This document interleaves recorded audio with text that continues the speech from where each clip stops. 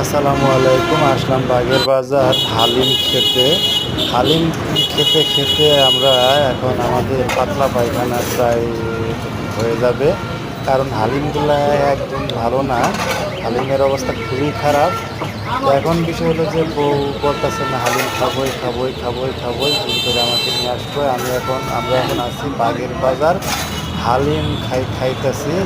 হালিম কিন্তু একদম ভালো না।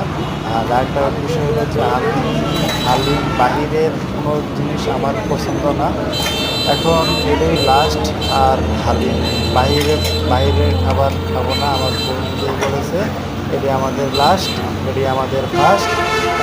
বিষয় হলো যে বাগের বাজার এখন আমি প্রথম ভাবলাম যে না হালিম মনে হয় ভালো লাগবে, কিন্তু আসলে দেওয়ার না। দর্শক, ধন্যবাদ আপনাদেরকে। আসসালামু আলাইকুম, ভালো থাকবেন।